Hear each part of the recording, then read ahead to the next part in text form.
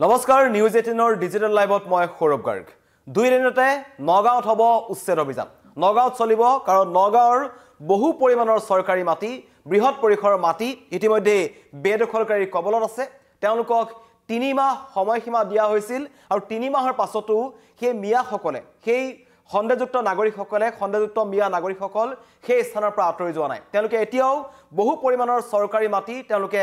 দখল কৰি বহি আছে তাত তেওঁলোকৰ ঘৰ আছে তেওঁলোকৰ ব্যৱসায়িক প্ৰতিষ্ঠান আছে ইতিমধ্যে নগাঁও জিলা প্ৰশাসনৰ ফালৰ পৰা এই সকল বেদখলকাৰীক 3 মাহৰ সময় দিয়া হৈছিল 3 মাহৰ সময়সীমা শেষ হোৱাৰ লগে লগে নগাঁৱৰ জিলা আয়ুক্ত দেৱাশিষ শৰ্মাই তেওঁলোকক পুনৰ সকিয়নি প্ৰদান কৰিছিল যে আপোনালোকৰ ঘৰত খুব সোনকালে বুলডোজাৰ চলিব প্ৰশাসনৰ ফালৰ পৰা আৰু এফালৰ পৰা সকলো ভাঙি পেলোৱা হ'ব জিলা আয়ুক্তৰ সকিয়নিৰ পাছতেই এবাৰ মুখ্যমন্ত্ৰীৰ কঠোৰ সকিয়নি মুখ্যমন্ত্ৰীয়ে ক'লে যে গোৱালপাৰাত হৈ গ'ল দুই দিনতে নগাঁৱত চলিব সকলো প্ৰস্তুতি সম্পন্ন হৈছে নগাঁও জিলা প্ৰশাসন এতিয়া সক্ষম হৈ আছে যিকোনো মুহূৰ্তত এই বেদখলকাৰীসকলৰ ঘৰত উচ্ছেদ অভিযান চলিব পাৰে আৰু লগতে মুখ্যমন্ত্ৰী এটা স্পষ্ট সকিয়নি এইসকল মিয়া বেদখলকাৰীক যে মিয়া বেদখলকাৰী কেৱল নগাঁৱতে নহয় অসমৰ কোনো স্থানতে তেওঁলোক থাকিব নোৱাৰিব য'ত তেওঁলোক বহে তাতে পুনৰ উচ্ছেদ কৰা হ'ব উচ্ছেদ অভিযান চলিব গোৱালপাৰাত চলিল পাইকানত চলিল দহিকটাত চলিল উৰিয়ামঘাটত চলিল লখিমপুৰত উচ্ছেদ অভিযান চলিছে সকলোতে উচ্ছেদ অভিযান চলি আছে তেওঁলোকে যদি গৈ নতুনকৈ কোনোবা অঞ্চলত গৈ পুনৰ বসতি স্থাপন কৰে তাতো কিন্তু চৰকাৰৰ ফালৰ পৰা উচ্ছেদ অভিযান চলোৱা হ'ব মুখ্যমন্ত্ৰীয়ে এটা কথা স্পষ্টভাৱে কৈছে যে মিয়া বেদখলকাৰীক বিচাৰি বিচাৰি খেদি পঠোৱা হ'ব কতো তেওঁলোক থাকিব নোৱাৰিব য'ত বহিব তাতে উচ্ছেদ চলিব তেওঁলোক যদি নগাঁৱৰ পৰা যদি তেওঁলোকক খেদি পঠোৱা হয় মৰিগাঁৱত যদি বহে মৰিগাঁৱতো তেওঁলোক উচ্ছেদ কৰা হ'ব তেওঁলোক যদি জুবিন ক্ষেত্ৰত আহে জুবিন ক্ষেত্ৰতো তেওঁলোকে কিন্তু শান্তিত থাকিব নোৱাৰে তাৰ পৰাও তেওঁলোকক খেদি পঠোৱা হ'ব আৰু তেওঁ কৈছে তেওঁ মুখ্যমন্ত্ৰী হৈ থকালৈকে মিয়া শান্তিত থাকিব নোৱাৰে মিয়া যিসকল বেদখলকাৰী আছে যিসকল খণ্ডযুক্ত নাগৰিক আছে খিলঞ্জীয়া মুছলমানসকলৰ কথা কোৱা নাই যিসকল খণ্ডযুক্ত নাগৰিক আছে যিসকলে বনাঞ্চলৰ মাটি বেদখল কৰি বহি আছে যিসকলে চৰকাৰী মাটি বেদখল কৰি বহি আছে গ্ৰেজিং ৰিজাৰ্ভ হোমত বহি আছে তেওঁলোকৰ বিৰুদ্ধে কিন্তু মুখ্যমন্ত্ৰীৰ পুনৰ এটা সতৰ্কবাণী ইতিমধ্যে তেওঁ কৈছিল যে ৰাজ্যত উচ্ছেদ অভিযান চলি থাকিব বিৰোধীয়ে এই উচ্ছেদ অভিযানক লৈ বিভিন্ন ধৰণৰ মন্তব্য কৰিছে মাদানীয়ে বিভিন্ন ধৰণৰ মন্তব্য কৰিছে কিন্তু তেনেকুৱা ধৰণৰ পিছতো উচ্ছেদ অভিযান চলিব আৰু দুই দিনতে নগাঁৱতো হ'ব আৰু নগাঁৱৰ কথা ইতিমধ্যে এইকাৰণে কোৱা হৈছে যে নগাঁৱৰ বহু মাটি কাৰণ এই ঢিং লাহৰীঘাট এই অঞ্চলসমূহৰ পৰা একাংশ বেদখলকাৰী গৈ এই নগাঁৱৰ বিভিন্ন অঞ্চলত তেওঁলোক বহিছে তাত বিভিন্ন তেওঁলোকে ফিচাৰী তেওঁলোকে নিৰ্মাণ কৰি তেওঁলোক বহি আছে তাত মাছৰ ব্যৱসায় তেওঁলোকে কৰি আছে আৰু খিলঞ্জীয়া লোকসকলৰ প্ৰতি ভাবুকি আহিছে কাৰণ কিছুদিন আগতে আমি দেখিছিলোঁ যে ঢিং অঞ্চলটোত খিলঞ্জীয়া লোকৰ প্ৰায় 1000 ভূমি 50টামান মিয়া পৰিয়ালে তাত কেইজনমান মাতব্বৰৰ নেতৃত্বত তেওঁলোকে দখল কৰি বহি আছিল আৰু সেই মাটি পুনৰ উদ্ধাৰ কৰিবলৈ যোৱা খিলঞ্জীয়া লোকসকলক ব্ৰহ্মপুত্ৰত কাটি উটুৱাই দিয়াৰ ভাবুকি প্ৰদান কৰিছিল একাংশ মাতব্বৰ আৰু খণ্ডযুক্ত মিয়া নাগৰিকে তাৰ পিছতে কিন্তু মুখ্যমন্ত্ৰী কঠোৰ হৈছিল আৰু সেই তাৰ স্থানীয় লোকসকলেও মুখ্যমন্ত্ৰীৰ প্ৰতি এটা আহ্বান জনাইছিল যাতে এই সকল লোকক তাৰ পৰা উচ্ছেদ কৰিব লাগে তাৰ পিছতে যেন নগাঁও প্ৰশাসন যথেষ্ট সক্ষম হৈ পৰিছে তেওঁলোকে ক'লে যিমান আছে সকলোকে এফালৰ পৰা উচ্ছেদ কৰা হ'ব মই ইতিমধ্যে কৈছোঁ তাত প্ৰায় 10 বিঘা 20 বিঘা ফিচাৰী আছে সেই ফিচাৰীসমূহৰ পৰা নগাঁৱৰ যিটো মাছৰ ব্যৱসায় সেইটো মিয়া লোকসকলৰ হাতত আছে তেওঁলোকে তাৰ পৰাই সেই ব্যৱসায়টো কৰি গৈছে খিলঞ্জীয়া লোকক সেই ব্যৱসায়সমূহত তেওঁলোকে সোমাবলৈ নিদিয়ে সেই অঞ্চলসমূহত ব্যৱসায় কৰিবলৈ নিদিয়ে আৰু মিয়া লোকসকল য'ত বসতি স্থাপন কৰে তাত খিলঞ্জীয়া লোকসকল যোৱাটো এটা ভাবুকি তেওঁলোকক ভাবুকি প্ৰদান কৰে ইমানেই যে কাটি ডিঙি কাটি তেওঁলোকক ব্ৰহ্মপুত্ৰত উটুৱাই দিম বুলি তেওঁলোকে ক'ব পৰা সাহস কৰিছে আৰু তাৰে 4জন মতব্বৰক ইতিমধ্যে ধৰিছে আৰু তাৰ পাছতে কিন্তু নগাঁও প্ৰশাসনৰ ফালৰ পৰাও স্পষ্টভাৱে কোৱা হৈছিল যে 3 মাহ সময়সীমা দিয়া হৈছিল মিয়া বেদখলকাৰীসকলক কাৰণ ইতিমধ্যে উৰিয়ামঘাটত আমি দেখিলোঁ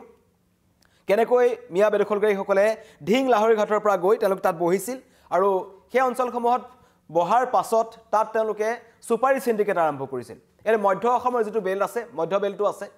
তাত কিন্তু এই নগাঁও মৰিগাঁও এই অঞ্চলসমূহত দিনক দিনে বিভিন্ন ধৰণৰ অপৰাধজনিত ঘটনা বৃদ্ধি পাবলৈ ধৰিছে আৰু যদি চাৰি চোৱা যায় তাত একাংশ মিয়া লোকে সেইবোৰ ক্ষেত্ৰত জড়িত হৈ আছে ড্ৰাগছ সৰবৰাহত জড়িত হৈ আছে নাৰীতে ব্যৱসায়ত জড়িত হৈ আছে বিভিন্ন ধৰণৰ চুৰি ডকাইতি কাণ্ডত জড়িত হৈ আছে নগাঁও বাইপাছটো এতিয়া একেবাৰেই সেই অঞ্চললৈ যোৱাটো এটা ৰাতি যোৱা সময়ত কিছু মানুহে ভয় কৰে আশংকা থাকে যে ডকাইতি হ'ব নেকি তাত একাংশ এই খণ্ডযুক্ত মিয়া নাগৰিক জড়িত হৈ আছে সকলো তথ্য আৰক্ষীৰ হাতত আছে সেইকাৰণে উচ্ছেদ অভিযান চলোৱা হৈছে আৰু মুখ্যমন্ত্ৰীয়ে এটা কথা ক'লে যে তেওঁ থকালৈকে মিয়া অসমত শান্তিত থাকিব নোৱাৰে যদিহে যদিহে তেওঁ মিয়া ইয়াত থাকিব লাগে তেন্তে মুখ্যমন্ত্ৰী পদৰ পৰা তেখেতক আঁতৰাব লাগিব এক প্ৰকাৰ নিৰ্বাচনলৈ 5 মাহ থকাৰ আগত তেওঁ বিৰোধীক এক প্ৰকাৰ এটা আওপকীয়াকৈ সকিয়নি প্ৰদান কৰিলে মুখ্যমন্ত্ৰীয়ে যে তেওঁ মুখ্যমন্ত্ৰী হৈ থাকিব আৰু মুখ্যমন্ত্ৰী হৈ থকা সময়ছোৱাত অসমীয়া খিলঞ্জীয়া লোকসকলৰ কাৰণে বা তেওঁলোকৰ সুৰক্ষাৰ স্বাৰ্থত মুখ্যমন্ত্ৰীয়ে কাম কৰি যাব মুখ্যমন্ত্ৰীৰ মন্তব্য আহিছে মই শুনাই দিব বিচাৰিছোঁ গোৱালপাৰাত হৈ গ'ল 2 এদিনতে নগাঁৱত এভিকশ্যন হ'ব 2 এদিনতে যিমানে এটা ষ্টেটমেণ্ট বেছি দিব সিমানে এভিকশ্যন হ'ব মই মুখ্যমন্ত্ৰী হৈ থকালৈকে অসমত মিয়া শান্তিত থাকিব নোৱাৰে এটা পাক্কা কথা মিয়া শান্তিত থাকিব নোৱাৰে যিসকল মিয়া সন্দেহযুক্ত নাগৰিক তেওঁলোকক কষ্ট দিয়াই মোৰ কাম গতিকে কষ্ট পাই থাকিব এনেকে সাংবাদিকৰ আগতে দুখ প্ৰকাশ কৰি থাকিব বাকি ৰাস্তা নাই গোৱালপাৰাত হৈ গ'ল 2 এদিনতে নগাঁৱত এভিকশ্যন হ'ব 2 এদিনতে যিমানে এটা ষ্টেটমেণ্ট বেছি দিব সিমানে এভিকশ্যন হ'ব আমাৰ বিৰুদ্ধে নকলে শান্তিত থাকিলে বেলেগ কথা সন্দেহযুক্ত মিয়াৰ কোনো শান্তি নাই অসমত মই মুখ্যমন্ত্ৰী থাকালৈকে মোৰ ঘৰত আহিলেও শান্তি নাই জুবিনৰ সমাধিত গ'লেও শান্তি নাই গৌৰৱ গগৈৰ মিটিঙত গ'লেও শান্তি নাই ৰকিবুল হুছেইনৰ মিটিঙত গ'লেও শান্তি নাই মুঠতে মিয়াৰ শান্তি নহ'ব মিয়াৰ শান্তি পোৱাৰ এটাই ৰাস্তা মুখ্যমন্ত্ৰী ভাঙিব লাগিব হ'ব সন্দেহযুক্ত মিয়াসকললৈকে মোৰ এইটো বাণী গোৱালপাৰাত হৈ গ'ল 2 এদিনতে নগাঁৱত এভিকশ্যন হ'ব 2 এদিনতে যিমানে এটা ষ্টেটমেণ্ট বেছি দিব সিমানে এভিকশ্যন হ'ব মই মুখ্যমন্ত্ৰী হৈ থকালৈকে অসমত মিয়া শান্তিত থাকিব নোৱাৰে এটা পাক্কা কথা মিয়া শান্তিত থাকিব নোৱাৰে মিয়া বেদখলকাৰীসকলক লৈ মুখ্যমন্ত্ৰীৰ সকিয়নি এবাৰ নগাঁৱত উচ্ছেদ অভিযান হ'ব আৰু নগাঁৱত বহু মাটি এতিয়াও বেদখলকাৰীৰ কবলত আছে আৰু সেইবোৰত উচ্ছেদ অভিযান চলোৱা হ'ব প্ৰায় 30% লোক সেই মাটিবোৰ এৰি তেওঁলোক আঁতৰি গৈছে কিন্তু এতিয়াও 70% বেদখলকাৰী নাগৰিক যিবোৰ আছে বেদখলকাৰী মিয়া লোক আছে নগাঁৱত তেওঁলোক কিন্তু সেই মাটিত বহি আছে প্ৰশাসনৰ ফালৰ পৰা ইতিমধ্যেই উচ্ছেদ অভিযানৰ সকলো প্ৰস্তুতি সম্পন্ন কৰা হৈছে নগাঁও